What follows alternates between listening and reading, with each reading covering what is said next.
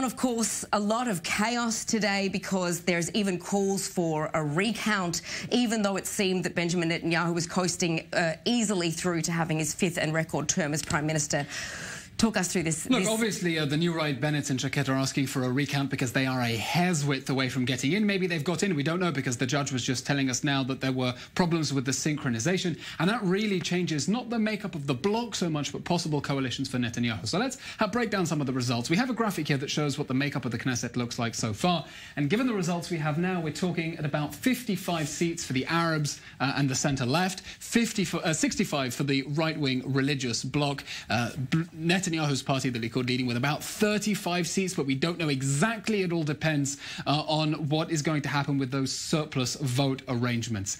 But let's have a look now at what the possible coalition options are for the Knesset. This is what the parties look like now if we arrange them along an ideological axis, okay? We've color-coded them as well. So the green are the Arabs, the yellow are the left, the blue are the centrists, purple right-wing, and the red parties are the ultra-Orthodox. Now, the most natural coalition, if we move to the next graphic, is a 65-seat coalition headed by the Likud, two ultra-Orthodox parties, also Kulanu and Israel Beitenu. We're talking about a hard right, religious and nationalist coalition in which the center of political gravity, as we can see, is on the right-wing fringe of the Likud party. That's the ideological center ground within the Likud.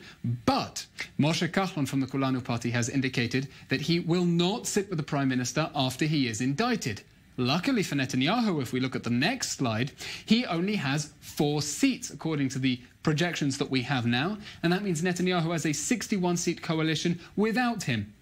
Of course, that's assuming that Israel Beitenu leader Avigdor Lieberman doesn't give him a headache, but it is possible that we could have a narrow 61-seat majority, which I must stress would be indictment-proof. These are the partners which might sit with him despite an indictment. If we look at this slide, we see, it's important to stress, no other party can drop out, right? So all the other parties, apart from Kulanu, are indispensable at the moment. By the way, that's part of the reason Netanyahu will want Bennett and Shaked to get in after all, because he has slightly more to play with. Let's move on to the next slide. Think slightly outside the bloc, apart from a right-wing government. What about a national unity government? Now, in most scenarios, this would be the obvious choice.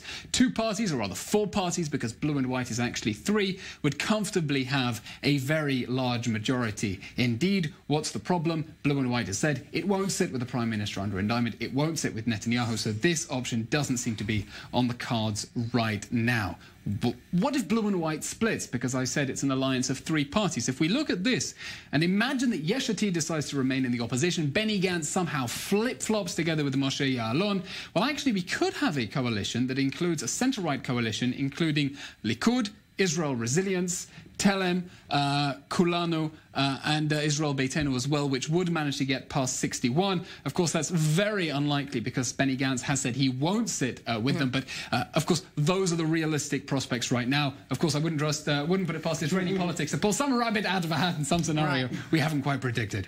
Would a peace plan, I suppose we know that US President Donald Trump has said that he prefers, obviously, to see Benjamin Netanyahu in power. So I suppose there was a speculation before this election that perhaps we could, in fact, see a unity government if a peace plan was going to be put on the table. That would be the only reason we would see something like this happen. Possibly. The far-right has already said it won't sit with any government that even considers the Trump peace plan. But given Netanyahu has an interest in forming an indictment-proof coalition, it's very unlikely they'd be willing to. And Ami, just to make the statement there from the judge, to put that into context, why it's so important. We're not deciding at this point who has won the election. That's obvious. That's obvious. It's actually about what this coalition will be made up of. And it's exactly what Eylon talked about who will basically be, in a way, sometimes the kingmaker, and how the negotiations are going to be about the next few weeks about forming a coalition. Specifically, I think the man that you mentioned is most important. That is Avigdor Lieberman. He's known as something of a schemer and a maverick. But so why does it matter when in terms of how the coalition is made up? Is Netanyahu's won? Very, very simple. First of all, because Avigdor Lieberman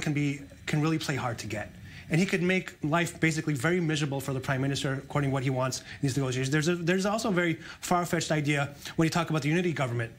He might be the trigger for that. He might be the catalyst for that. He might say, you know what, I really don't want to sit with the ultra-Orthodox. I will join the government if it's a unity government. There you go. I mean, I've been sitting all day thinking logical scenarios, and you come up with... And also just... But yeah, like I said, totally far-fetched. That's just one of the last options. Finally, but I want to also talk about the fact that it seems, based on all the evidence that you've just put up on the screen in many colours, which is great for people that are not very good with numbers. Not so much for the colourblind. Right, exactly. That it seems that there's no real chance for Israelis to form a left-wing government. It seems, based on the choices that are there, it's not even an option for Israel. No, I would say that even the numbers that you see now, where you have a right-wing majority of 65 or 67 in the bloc, we'll see now later on, maybe at midnight.